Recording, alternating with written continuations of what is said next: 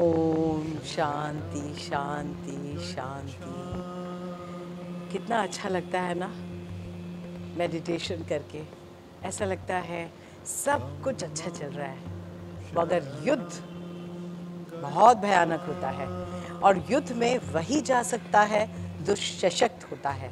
निर्बल के लिए युद्ध में कोई स्थान नहीं। अब आप ही बताइए कि राम ने रावण की विशालकाय सेना से कैसे युद्ध में विजय प्राप्त की। डेविड गोलियत से तो बहुत ही छोटा था, मगर जीत ही गया।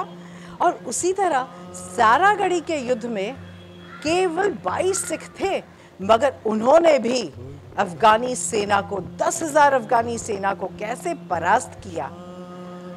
ये इस तरह हुआ क्योंकि उन्होंने समस्या पर ध्यान नहीं केंद्रित किया, समस्या के बजाय समाधान पर ध्यान केंद्रित किया।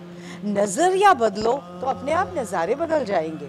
अगर आप समस्या का निदान खोजने चलेंगे तो युद्ध क्या, कोई भी मैदान पर फतह आपकी होगी, जैसे कि इस किस्सा गोई में है। आइए सुनते हैं।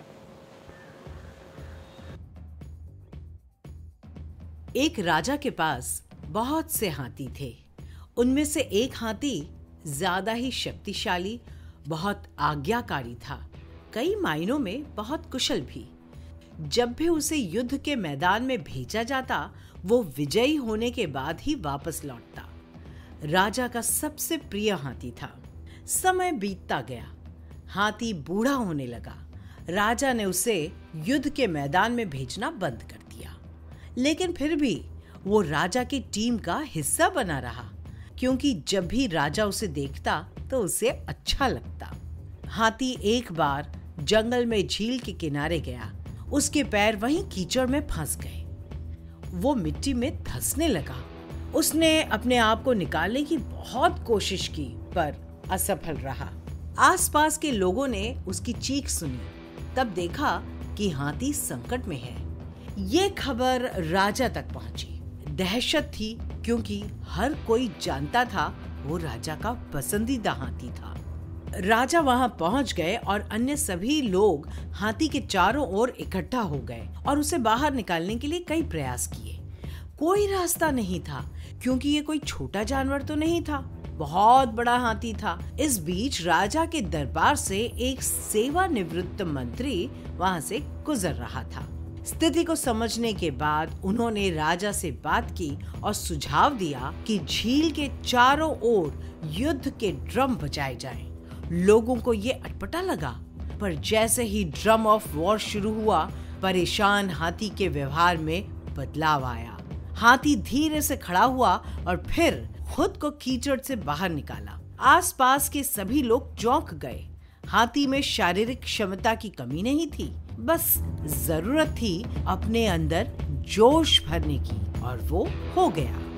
जीवन में आवश्यक है कि मनुष्य एक सकारात्मक सोच और मानसिकता बनाए रखे, निराश न हो।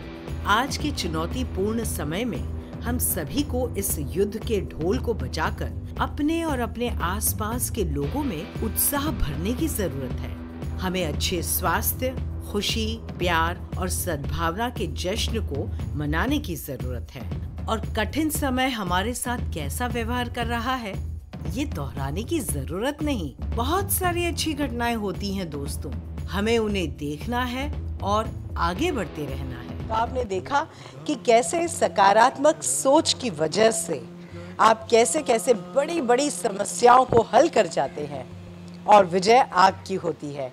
इसीलिए अच्छा सोचो तो आपके साथ अच्छा ही होगा।